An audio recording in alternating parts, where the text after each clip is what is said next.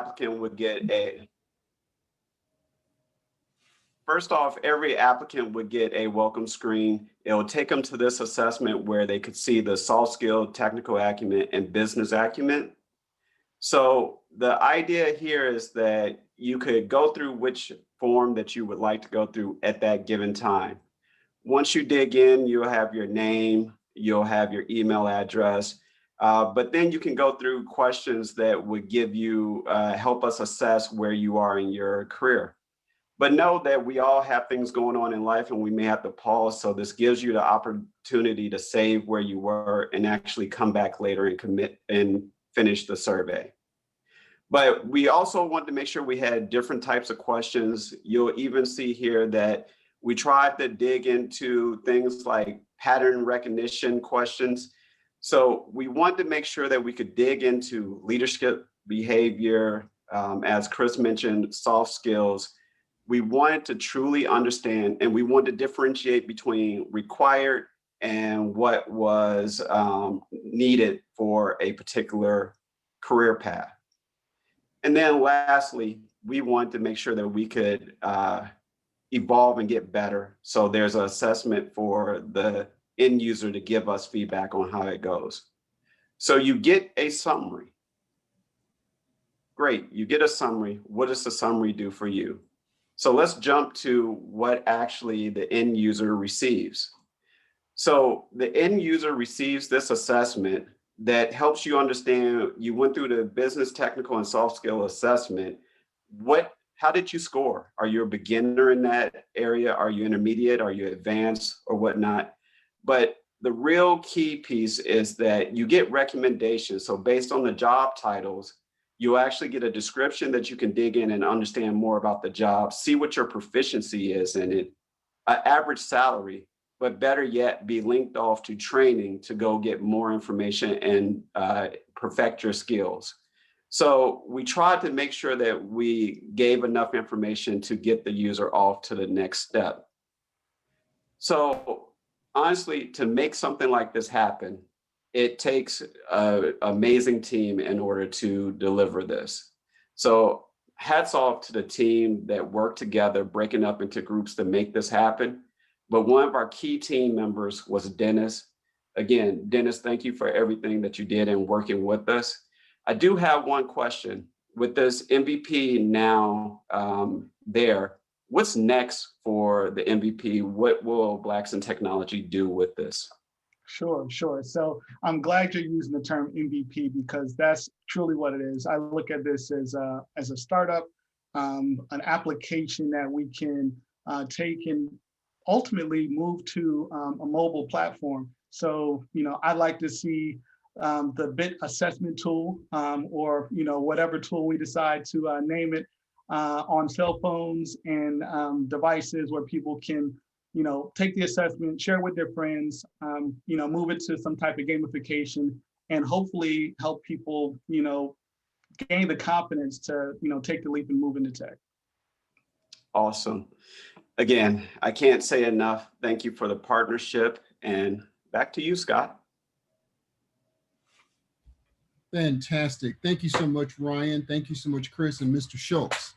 Thank you for joining us. We really appreciated hearing directly from the source on the great work that we did with Blacks in Technology. All right, we're halfway through, folks. Now we're getting ready to go to the National Black Chamber of Commerce on our next stop on our tour. And we're going to introduce two fantastic cohort members that helped us revitalize Black business to thrive in the digital economy. Anitra Clausen-Jeter and Janelle Patton Griffin, and also their special guest, Mr. Charles DeBow.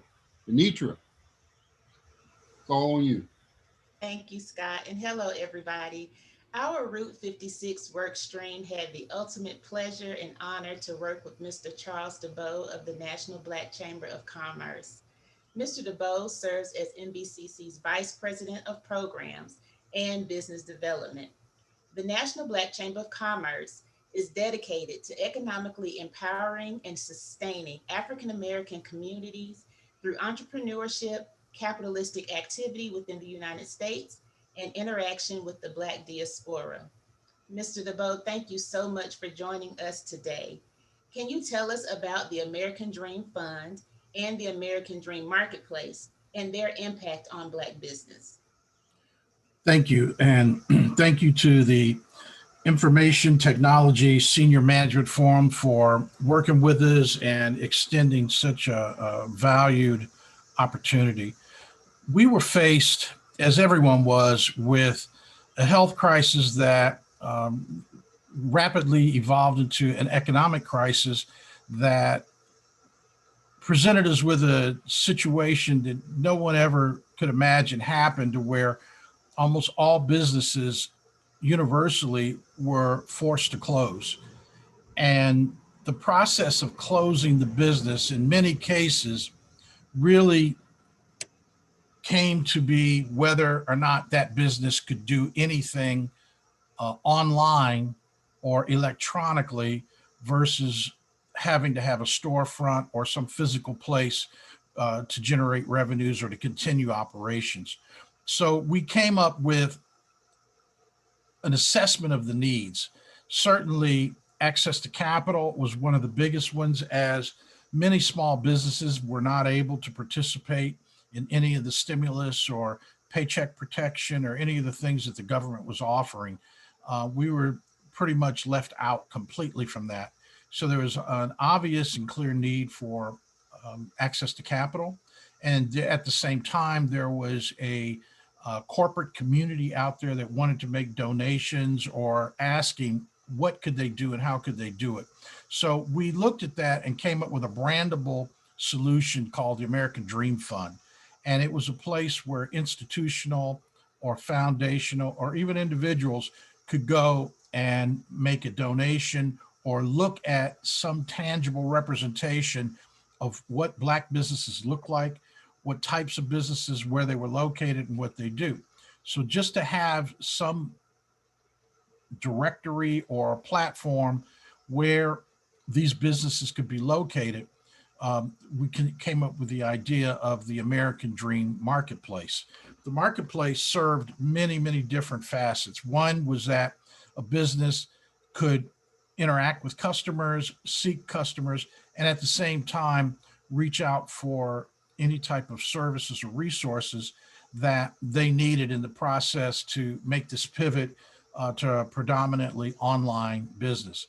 On the other hand, we had a number of medium-sized businesses and even corporate businesses that had services and resources they wanted to offer. So we kind of aggregated and came up with an idea.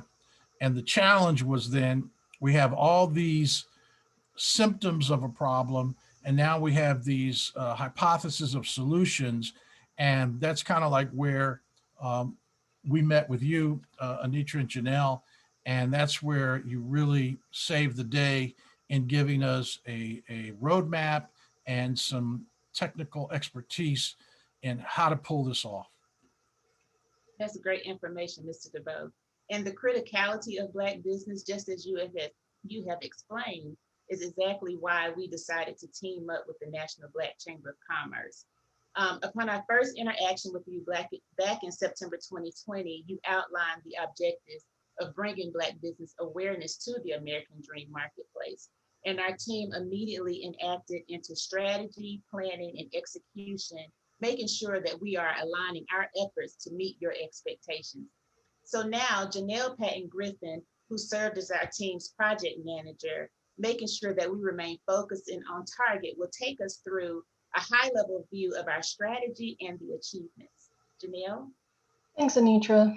Let's discuss this first area that we focused on, which was to provide technical guidance on effective ways to enhance the user experience on the implemented solutions, and that's the American Dream Marketplace, or ADM, that Mr. DeBow discussed. This was done by providing a variety of recommendations that will improve the user experience.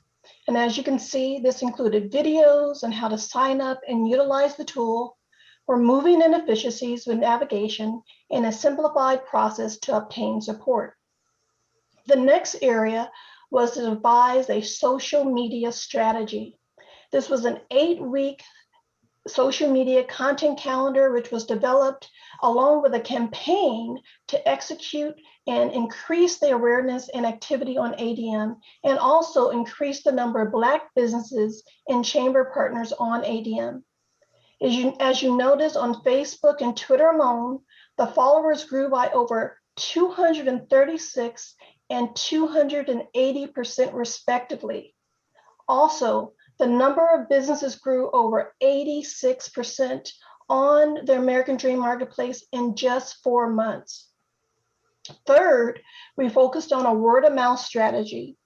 The goal was to build awareness to ADM, but also attract organizations to fund these businesses and chambers on the American Dream Marketplace by way of the American Dream Fund, or ADF. This was done by defining a process which involved identifying and establishing initial connections with key community influencers and associations, and building on those initial connections by means of regular follow-up engagements and communications to bring increased awareness to ADM. And this is a process that can be repeated and matured over time. Last but not least, the team developed a playbook to sustain the continuous onboarding process for businesses, sponsors, supporting organizations, and chamber associations onto American Dream Marketplace, as well as the social media and word of mouth strategies. Now, you've heard what the NBC team was able to accomplish. And before we give Mr. DeBow a few minutes to express how these benefited him, I would love to give a shout out to our Route 56 NBCC team and all the work that they were able to accomplish and the contributions and commitment that they gave. But Mr. DeBow, please take it away and share with us how this has benefited Black businesses by way of the American Dream Marketplace. The simple in the beginning is that we actually have a home, a website that's the AmericanDreamMarketplace.com that is dynamic, and as it had to be. The true measurement of success has to be in the going from 0 to over 1,500 businesses that actually have set up a shop, have a place in our mall, so to speak. We've created tiers that on the top level are philanthropists and donors. On the second level are other partners and businesses and entities with communities. The National Black Chamber of Commerce is actually a federation of chambers. And by creating this, we allow those chambers to offer additional value and resource and support to their communities, and in some cases, an entire state. And then on the tier 3 level, we have individual businesses that have come in that just said, hey, I need help. What can I do? And the surrounding community of these over 1,500 businesses that have signed up, registered, and are doing business within the American Dream Marketplace. Now we have an audience of over 80,000 that's opted in as our subscriber base. And now we're interacting with Fortune 100, Fortune 10, Fortune 500 companies such as Amazon, the Wall Street Journal, Fiserv, a company called Pernod Ricard, which is one of the largest spirits and wine companies, Jim Beam. We have a partnership with the Service Corps for retired executives for mentoring and tutorial free help. And we're really just excited that we've been given a chance, and it's thriving. And we're very much now at the phase where we're looking to monetize the resources from all aspects and work towards sustainability as we kind of move to a post pandemic economy, although it lingers on and many entrepreneurs have had to reinvent themselves. So we had heard one statistic where more businesses have opened than closed, but it had everything to do with the number of entrepreneurs that were forced to come up with something new. So with your help and the team and the cohort program, we've been able to answer the bell. We're still alive. We're still kicking. We still have a chance. So for that, I thank everybody, and we really are appreciative for it. And Mr. DeVoe, we thank you. We thank you for your engagement, your partnership, your unsurmountable words of wisdom that you have shared with us along the way, and your continued willingness to participate throughout this experience. It has been such an honor working with you. And with that, Scott, I send it back to you. Thank you so much, Anitra. Thank you, Mr. DeVoe, and also thank you, Janelle. And Anitra, before you go, I noticed that you guys did quite a lot of engagement with this organization on the way to creating this work. 20 Zoom sessions, 100 emails, and dozens of text messages to make this work. So just again, want to thank you for the great work that you and Janelle and the rest of the team did to support the National Black Chamber of Commerce. All right. Okay, we're almost there, folks. Almost to the end. And we did save what we might think might be the best for last, because we also wanted to make sure that we impacted our youth. And a special shout out to Dr. Turner when we were talking about what to do with this capstone. One of the suggestions he gave us is to make sure that you include the youth. So we already had the DAD initiative, but through some really great collaboration, we did the first ever Youth Career Expo. Man, I'll tell you what, 70 students across the country attended this thing. And boy, it was just a great collaborative event. So we're going to introduce now DeAndre Elliott and Jason Moore, and they've got a special guest, guy I know really well, Mr. Jesse Pagan from Cisco. But we're going to go ahead and pass it on to you, Jason. What do you have for us?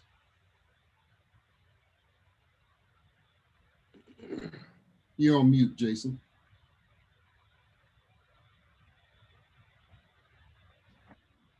I apologize about that. Thank you, Scott, and welcome guests.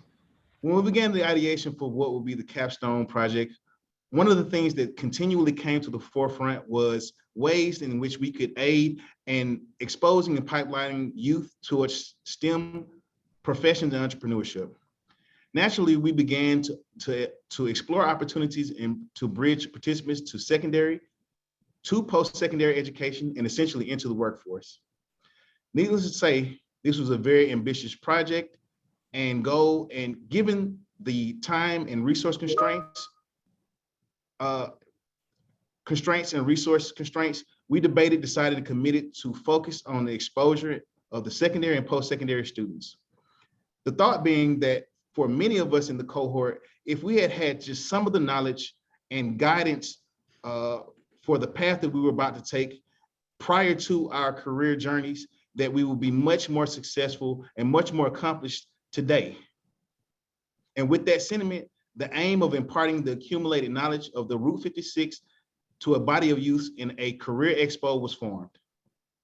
Early in the preparation for the capstone, the Central Committee surveyed the entire cohort and allowed for members to self-assess their skill sets and strengths. The results from the assessment would be used in aligning resources to the appropriate areas within the capstone.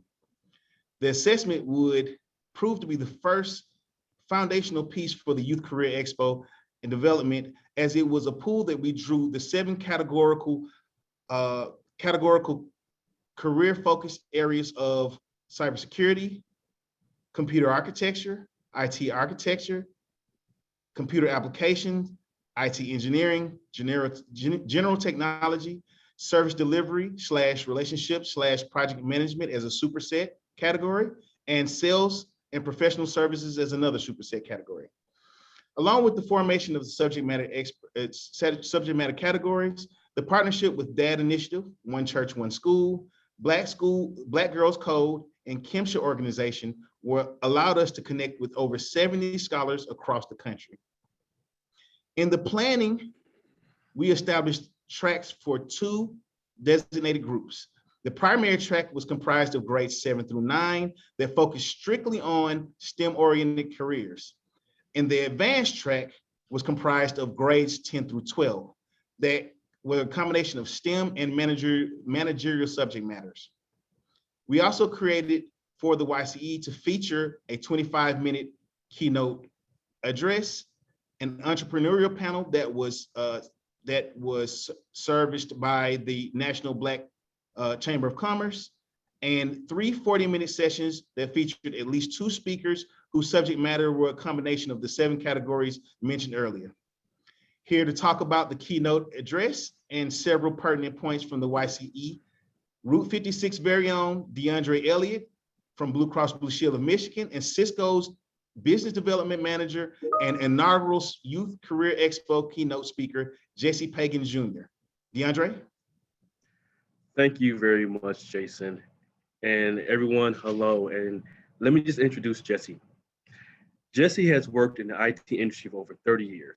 As Jason stated, he's currently the Business Development Manager for Cisco and their technical field team.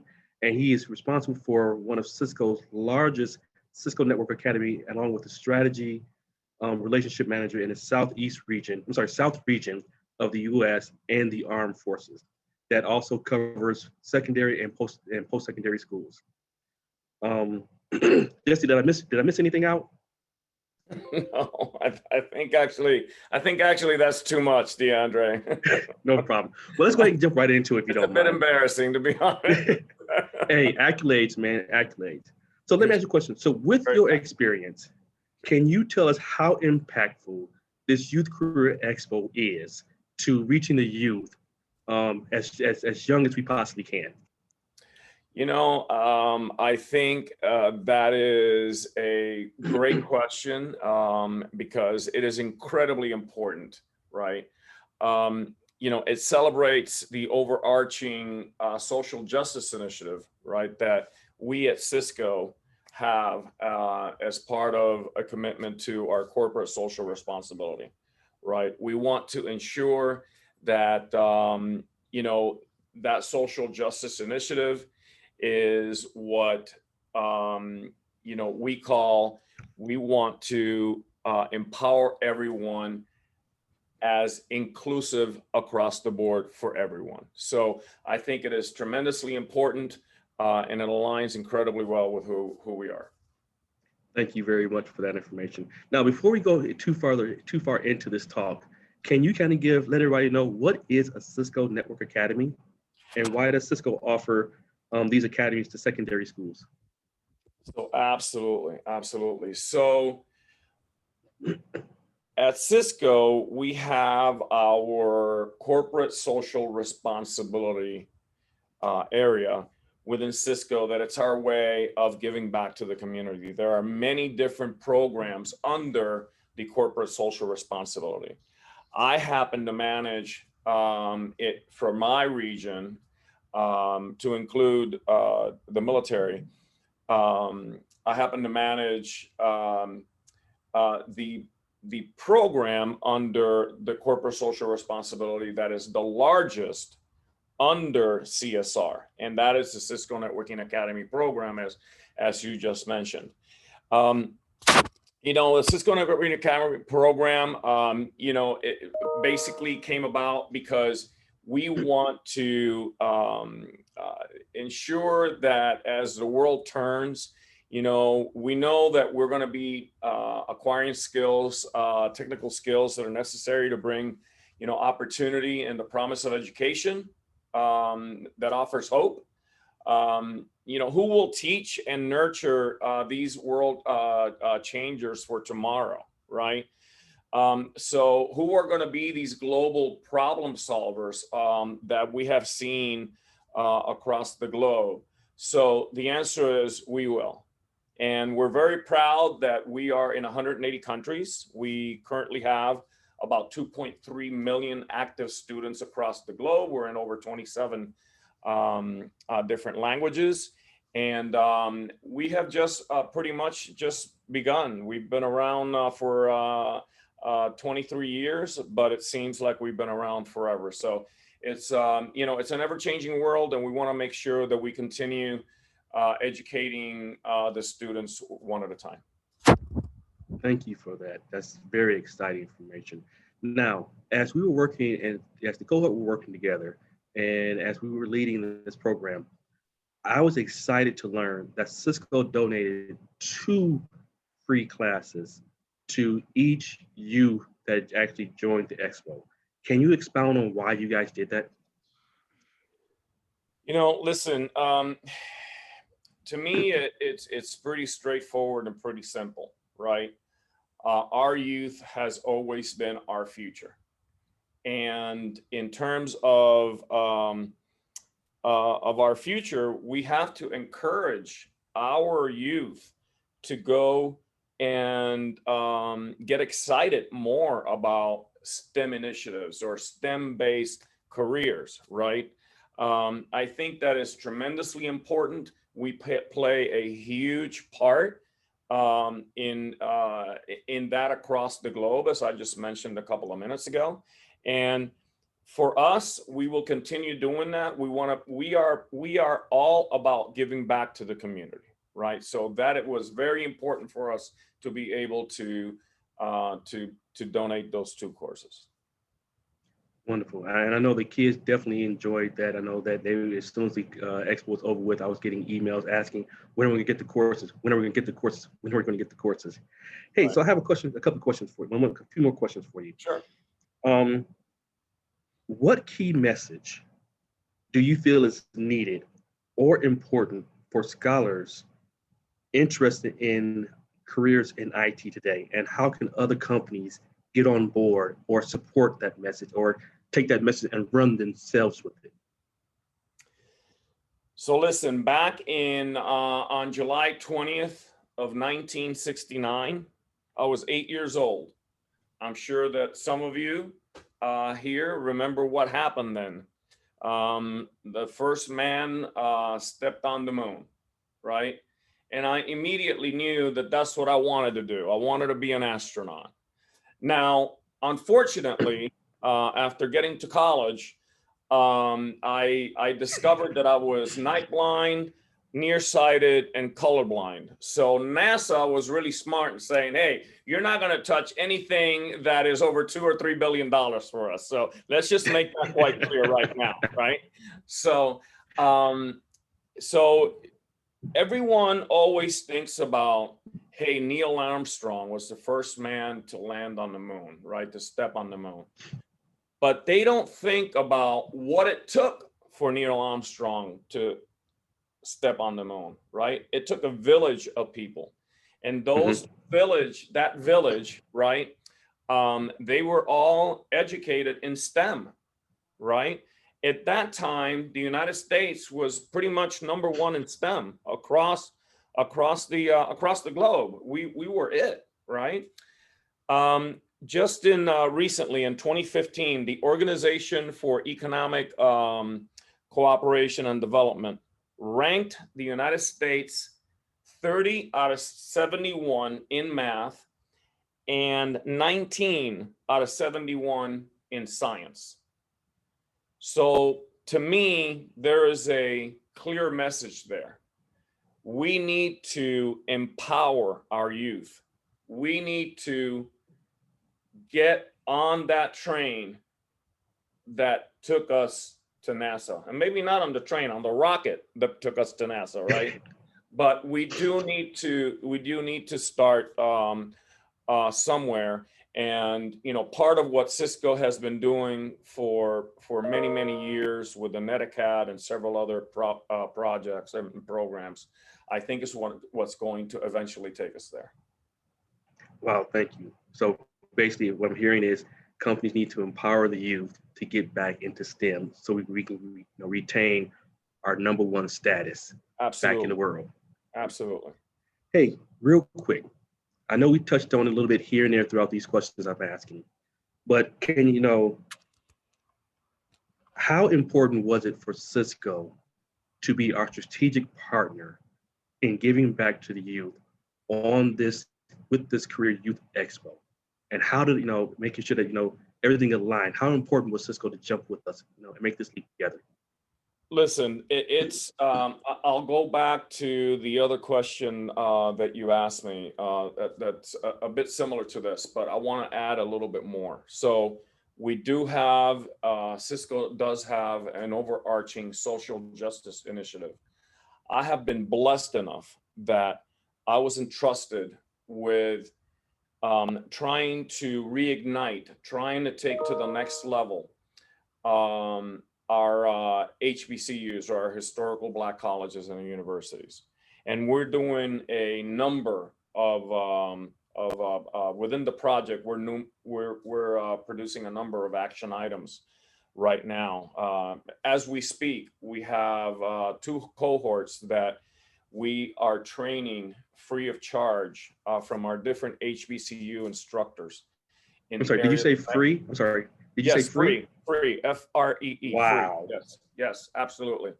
In Wow. the areas of networking and in the cybersecurity. Wow. So again, we go back to Cisco's purpose is to power an inclusive future for all, right? And that doesn't mean all except the people over there in the corner, or maybe the people behind me. It means for all. That means everyone, right? Social justice initiative for all of us, right? So to me, it's a very exciting program. Social justice begins with all of us, with every single one of us. I wouldn't be here if I didn't believe in it. I'm very, very proud and very honored to be leading this particular project. But definitely what we're doing here aligns profoundly with what Cisco's core value is of inclusivity across the world. Well, Jesse, thank you for that. Once again, thank you for being our keynote speaker. Thanks Cisco for being our strategic partner and donating their new version of their Cisco WebEx application. And I believe that even someone in our cohort, I think maybe Scott McGregor may have had a little to played a key role in that HBCU you were talking about. Yes, but absolutely.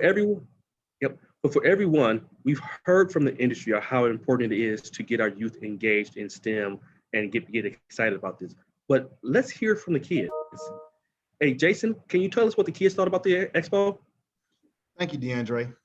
And a special thanks goes out to Cisco and Jesse for partnering with the Youth Career Expo. Also, a huge kudos from the partnership for the HBCUs. Cheers. Now I'd like to take a minute to provide a retrospective of the impact shared by the Youth Career Expo students.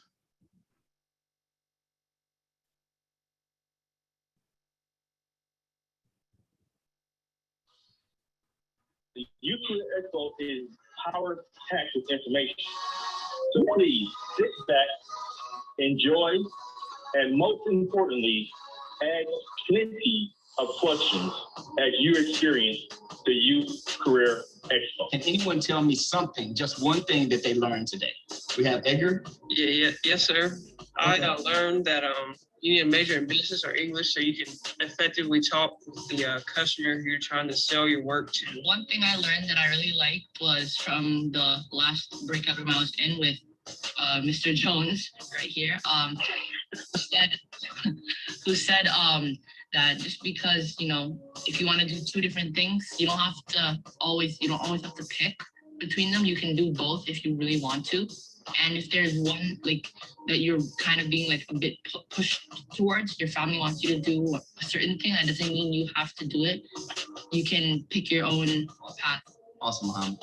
I was going to say that you don't have to usually pick technology as your only avenue to go through. You can combine it with different things like language and art. I'm in high school, Maryland, and I'm part of the Kiamshi Youth Empowerment Organization. I feel that being able to attend the technology career event was a great opportunity. I say that because it's the world's largest classroom, and on top of that, one of the classes that they provide is something that I want to do once I start going to college. I think the mentors and the people there are extremely kind. They answered all my questions with great and inspiring answers. I think one thing that I got out of all of this was that I was not only able to ask professional questions, but I was also able to ask a personal question, like what they thought I should do once I get out of college or in college, and things that I choose to do versus what my parents want me to do.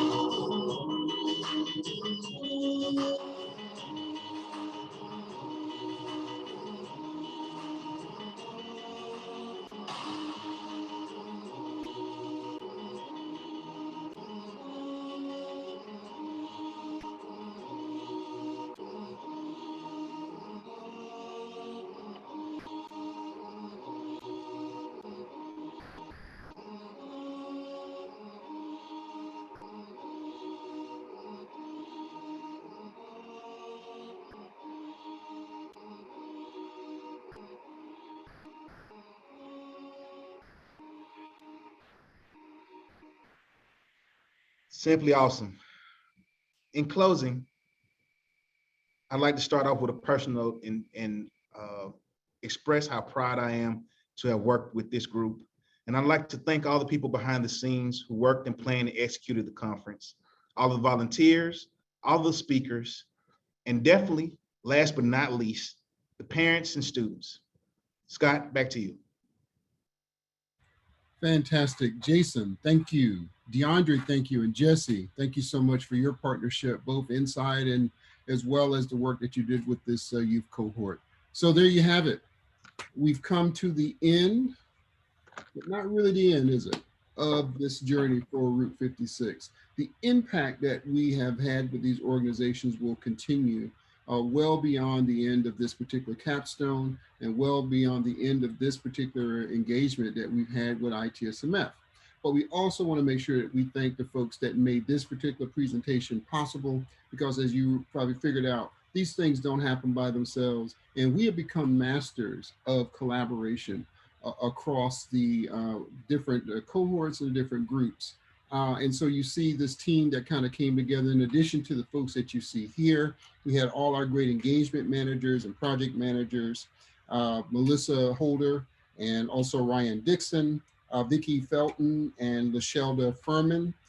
So we just want to also make sure that we know that we couldn't have got this, not gotten this done unless you guys also came together and worked with the different organizations in the back end. So again, Route 56, the end of the journey, but the beginning of the impact. We want to thank you all.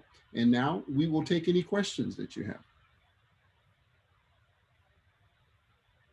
Great job, Route 56. I will read out some of the questions that we received for you all. The first question is, as technology and roles within evolve, what are the plans to ensure that the video library is maintained to keep up with the industry? I'm going to go ahead and ask if Floyd, if you would kind of take that for us, please. Hi. So we plan to partner with the Data Initiative and ensure that as technologies change or industry changes, that those videos will be updated. Also, we've partnered with the Data Initiative to help them create video content for themselves. So if they wanted to go get local industry leaders, we've given them the tools and showed them how to do that by creating a platform that will allow them to create the content as well as edit and share via their platform. Wonderful, thank you.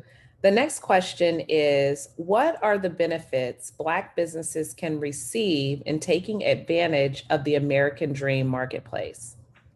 Thank you for that question. Nitra, you want to take that one for us? Yes, I sure will. Well, the American Dream Marketplace provides an enormous amount of benefits for Black businesses, for those that have profiles added to the marketplace. Business to business collaboration. They also have a wealth of business development opportunities by staying connected to the number of Black Chamber of Commerce federations that are included in the federation that are also a part of the the American Dream Marketplace.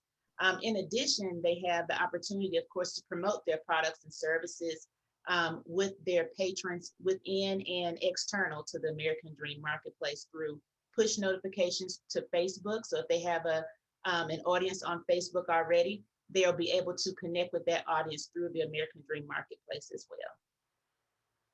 Can I add to that? Yes. Absolutely. Right now, this very moment, we have a $25,000 grant that we're giving out 5 per month to any business within the marketplace that has a product that can appeal or be consumed by 18 to 24-year-old, predominantly Black male, anywhere between America and Africa. And it's offered by a company called AudioMac that has 17 million subscribers in their community. So it's a banner ad, social media style. And that's just like one of the grants or something that we have right now. There's a number of other that are coming. There's mentors, there are advisors, There are potential customers for you. And right now, for anybody that comes through as relevant to the ITSMF, is a free subscription. We're giving it to them for free. Thanks. That's amazing. Excellent. Thank you. The next question is, as an ecosystem partner, what are your expectations from ITSMF to help you achieve your strategic goals and objectives? Let's see. Dr. Turner, do you want to take a crack at that one?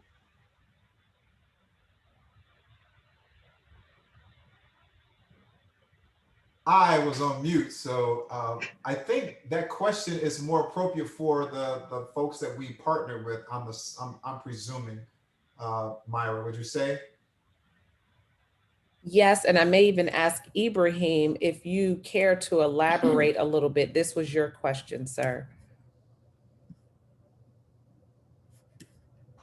And you may be on mute, or you may not be able to talk. Am I muted now? Oh, there you go.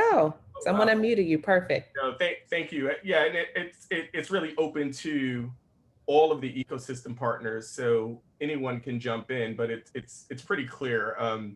First and foremost, Route 56 is doing a phenomenal job. You've partnered with some great organizations, and it would be great to hear from each one of the leaders, or maybe two or three of the leaders, how we can strengthen that partnership and continue to thrive jointly.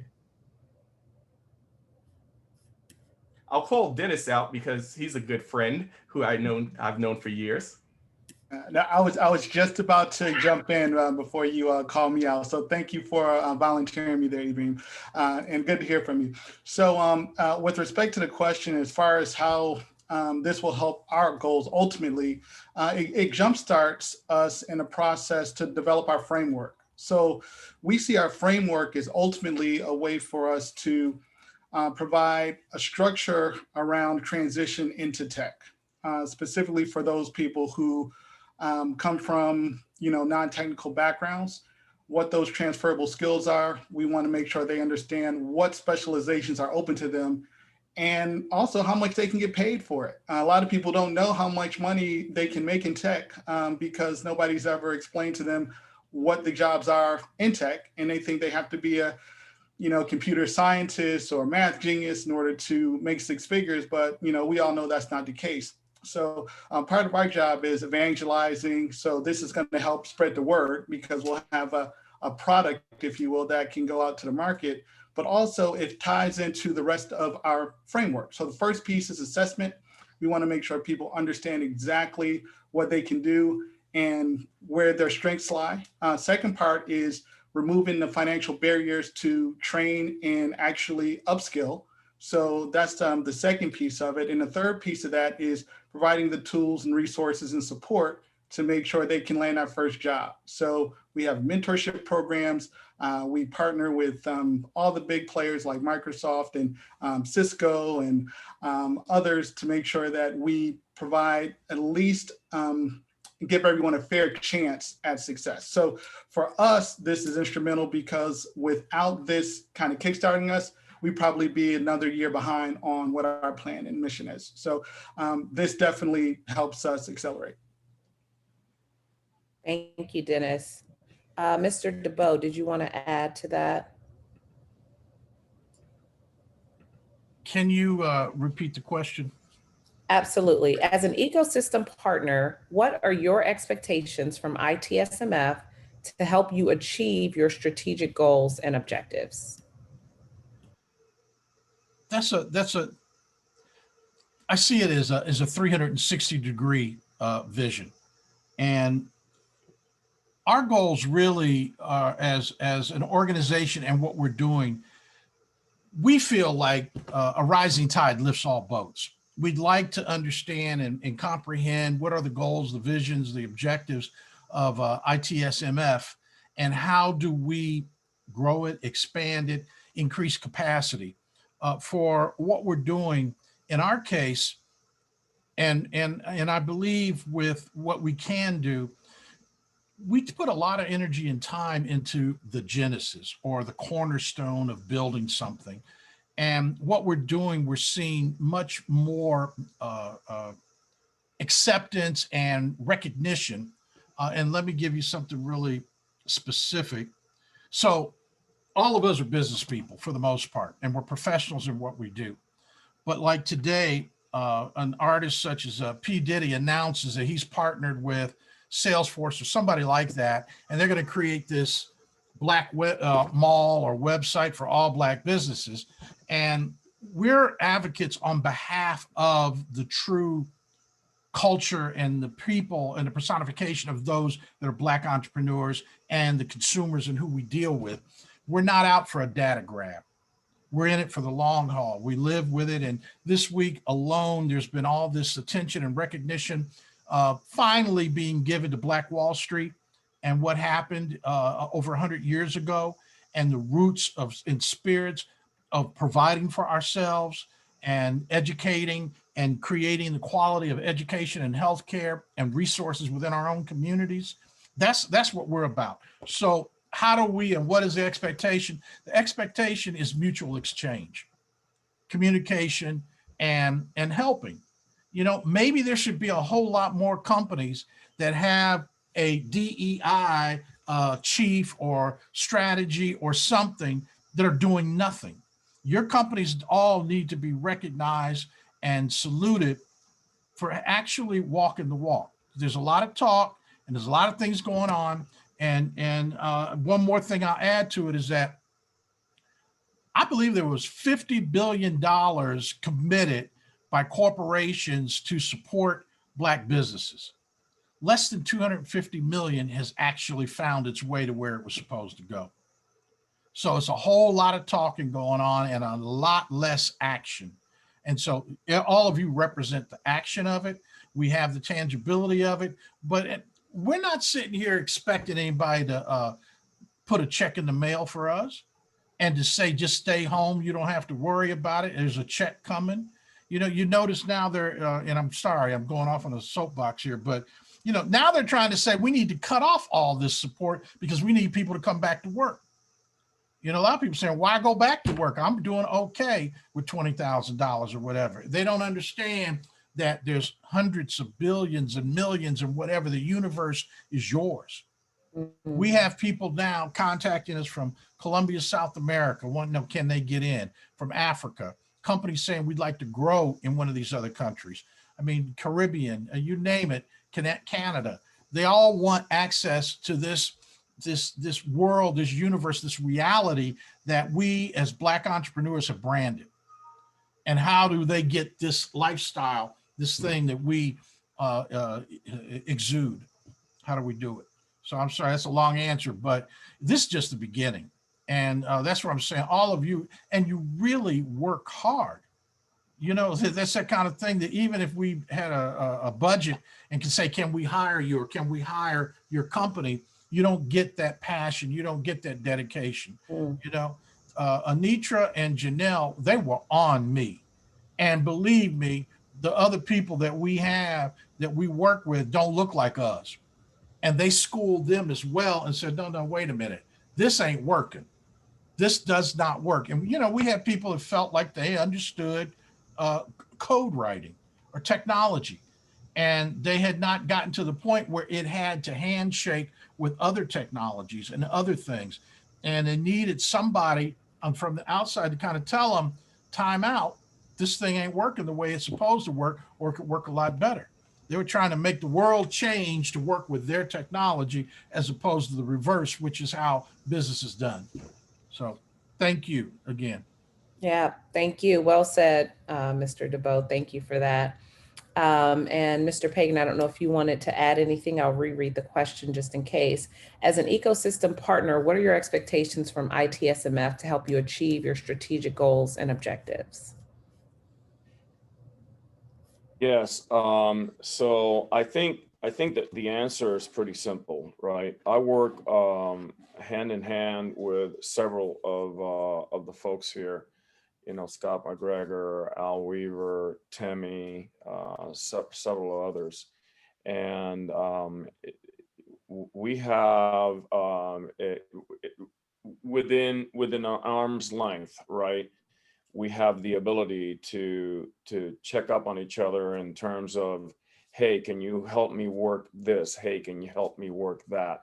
So it's a situation where, you know, we're going to keep this ecosystem going all the time, right? Where we're all feeding off of each other so that we can continue not just helping the few, but helping all. So that's what I would add. Love it. Thank you so much. We've got a few minutes left. This next question, I think, really complements the previous question well. So if there's anything additional to add from the three of you, how can ITSMF broaden and strengthen our relationship with your organization to drive more equitable business outcomes in our network of Black businesses? Does anyone want to answer that or add to your previous? Dennis? Sure. I'll just jump in for Blacks in Technology. So one of the things that I'd like to see is, just more communication and collaboration, amongst the two organizations, but also other Black tech organizations. I think a lot of times people get siloed and tunnel vision on what they're doing and don't think to reach out beyond their own initial environment. So the more we can communicate, collaborate, partner on things like events or programs or scholarships or local and national initiatives, I think the better. So as we grow and mature in our organization, hopefully we can aspire to be what ITSMF is right now, because it is definitely a rock solid organization to emulate. So I'm just looking for more integration between the two orgs going forward. Absolutely. Thanks for that. And Jesse, it looks like you have your hand to answer that as well. Yes, I do. I would like to encourage and challenge everyone online right now with us. I spoke of this HBCU project in which I am working. One of the challenges that I am running into right now is that I don't have a contact for every single HBCU in the United States. So I encourage you, if you do have a contact for me, please forward it to my email. One of the things that I have already done is we have held a career webinar for students within HBCUs. We've actually also, back in December, I started off a campaign of 5 different courses for students from those HBCUs. So what I'm saying is, one thing leads to the other, right? If I have all the contacts, we can train the instructors who will onboard the program, and eventually it'll get out to the students who will hopefully get and achieve those jobs. And not jobs from Cisco. We have jobs from different partners, the Presidios, CDWs, Citibank, you name it. I just need a little bit of help, more so than I've already had, in trying to complete the list of the HBCU contacts that are out there, so that I can ensure that every one of the HBCU contacts receives the message that we're trying to portray. Great, thank you for that. And then finally, Mr. DeBow, did you want to add anything to that last question? And I can reread it. How can ITSMF broaden and strengthen our relationship with your organization to drive more equitable business outcomes in our network of Black businesses? Well, I was thinking about it. It's a very good question. And the other three organizations that were that benefited from your work, we can all collaborate with each other, as well as within your own networks, within your own companies. I mean, we'll invite partnerships with a Cisco or HP or any of those other companies that now that they have personified diversification and DEI, they have a program, or they have activities that are assets that can get credit for. But we can collaborate with each other. Certainly, the National Black Chamber of Commerce, it will give memberships to anybody and everybody that was involved, because we're not so much about the marketing of the membership, but the accessibility of the resources and connecting those dots. If somebody's online and they're Googling and searching and saying, I'm looking for a Black organization, and they don't know nothing about Black anything, culture, business, corporate diversity, or any of that kind of stuff, we got something for them. We'll show them, and we don't care what color or what they have. We try not to say no and find a fit for it. So collaboration is certainly one that we have those, we have it in our hands. We can do it. So we can communicate with each other. We can extend resources, and you can turn around and ask me, say, hey, I got a business, or I got this, or we need to do that. You got any connects for that? You got any hookups? But in terms of like DAD and Blacks in Technology and all that, we're not in any competition whatsoever. And even if we were both going after the same bone, we're just some hungry dogs out here going for it. And if we did get it, we're gonna share it. You know, it's all about, there's no real winners or losers. It's just success. And we've got a long way to go. We've got to, in terms of whatever your genesis is, whether it's a cultural thing or whether it's personal wealth, it's the same acceptability, the same communication, the same translation of demand and supply. Do we have what somebody needs? This in its own way is a disruptor. We don't have to go jump into anybody's barrel or square or round peg or fit in a cookie cutter environment, as much as we're able to adapt. One of the things I really got out of the youth job fair day was to hear from these young people about their interest in essentially entrepreneurism. Even if they're saying as they want to understand something about technology, and yes, they can go to a educational, independent education, something that may not be taught in school, but at the same time, it's personal enrichment, which is the same parallel with entrepreneurial development. And at some point, they may become a consultant versus an employee, a 1099 versus a W-2. And it's essentially the same path, and we have to get this same experience and exposure in order to get to the end result. So I'd like to encourage and welcome, and and let me be the first to show it, to demonstrate it with collaboration. Awesome. Thank you so much. Thank you all. Again, Route 56, amazing work. I have the pleasure of now turning it over to our ITSMF Vice Chairperson, Mr. Ibrahim Jackson. Thank you so much, Myra. And I want to say on behalf of Michael Buckham White and the board, just phenomenal job, Route 56. So impressed with how you've taken what we've looked at in the strategy and really brought it to fruition, right? So you sparked some ideas, you sparked creativity. So to echo Michael Buckham White, he says, thank you for amplifying the ITSMF mission and vision through the expansion of our ecosystem partners. So we applaud you for that. Thank you to the partners for showing up, just doing the work throughout the year with the cohort, as well as the value that you brought back into the community. And what I really loved is to see how it went from generation to generation. I think that was phenomenal.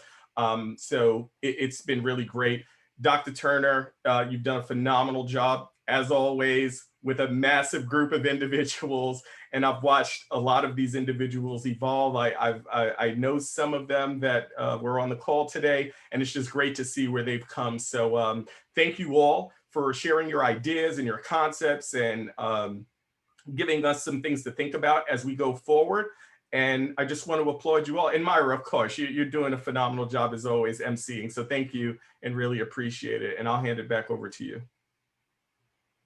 Absolutely. And I think that is it for our close.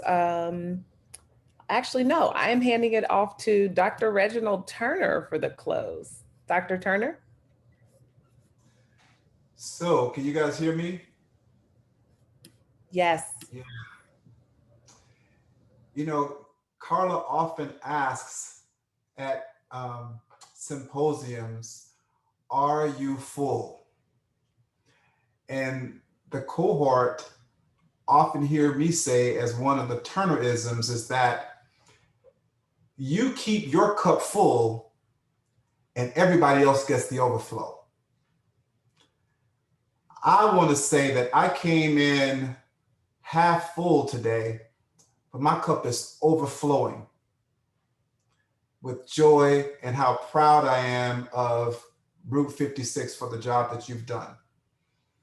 What's so amazing about what you've done today is not that you've just made me proud, not that you've just made ITSMF Management Academy legacy proud, not that you've just made ITSMF proud, but you've made our ancestors proud. Because what you've done, I think, is apropos to what we just celebrated a few days ago with the Tulsa massacre. When we were dealing with very tough times after the massacre, we had to come together as a community of people in our most vulnerable states, wrap our arms around each other, and then get busy doing the work of taking care of each other. So in this pandemic that we were experiencing, not being able to touch each other and see each other, and some of us even having to go through the pain of contracting that terrible disease, we didn't just look for somebody to take care of it for us. And we didn't look at ourselves as just victims looking to just receive, but we were in a space where we were looking to look at how we were able to give. And when we were originally talking about how all of this is going to, this was going to come to fruition, Scott, you know that the many nights and evenings that I was calling you late at night, feeling guilty about calling you. But when this idea became crystallized in terms of the impact that what we were going to do, I had no idea that it would end up with the impact that we've had. ITSMF family, this Management Academy cohort has impacted 120,620 individuals. Let me break it down for you. We impacted 70 students with the Youth Career Expo, 15,000 through business, through Blacks in Tech, 400 with the students and DAD, and 95,000 with social media, Instagram, LinkedIn, Facebook, Twitter, and the chamber members, 95,000 with the National Black Chamber of Commerce. So a total of 120,620 individuals that we impacted. Give yourselves a hand. Route 56, I'm looking at you. I don't see you clapping. I don't see all of you clapping. That is something to celebrate. And so let me just say, Scott, my hat's off to you for taking the mantle early on in the process and saying, I will lead this. And what typically happens is there's somebody who starts the ideation process and leads us to some sort of finalized idea of what we're going to do. But Scott not only stayed after the ideation process, but he saw us until the end. And all of you that participated in every way that you did, giving of your time and your efforts and your energy. I could name so many of you on here, but I'd have to name all 53, and we don't have the time for that this afternoon. We'll get the time to celebrate you on tomorrow. So I said to Robert early on, I said, Robert, there's something special about this group. Robert said, be careful, Reg, you got your other cohort members that are listening to you. And I said, there's something special about this group, that we've been able to never have physically been in each other's presence, but to be closer and have a bond just as sacred and as profound as we would had we been in person. And I can say unequivocally that I love you, I respect you, I value you, and I appreciate you.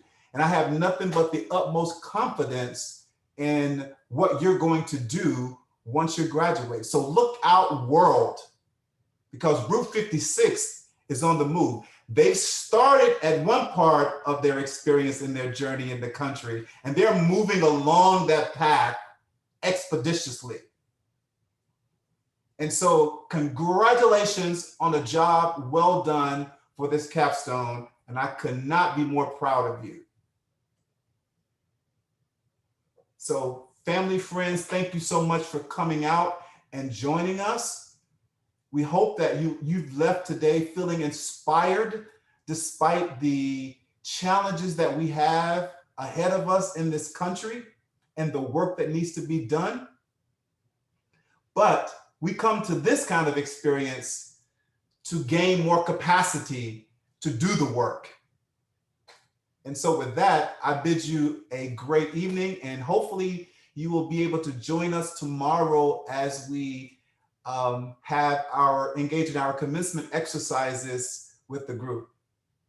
So Myra, I don't have anything else, but have a good rest of the afternoon, everyone.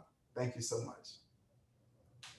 Thank you, everyone. That concludes today's event. As Dr. Turner mentioned, graduation is tomorrow. There is a link in the chat. We'll have our plenary session for all 3 academies from 11 to 12 Eastern, Emerge Academy from 1 to 2:30, Management Academy 3 to 4:30, and Executive Academy 5 to 6:30. We hope you can join.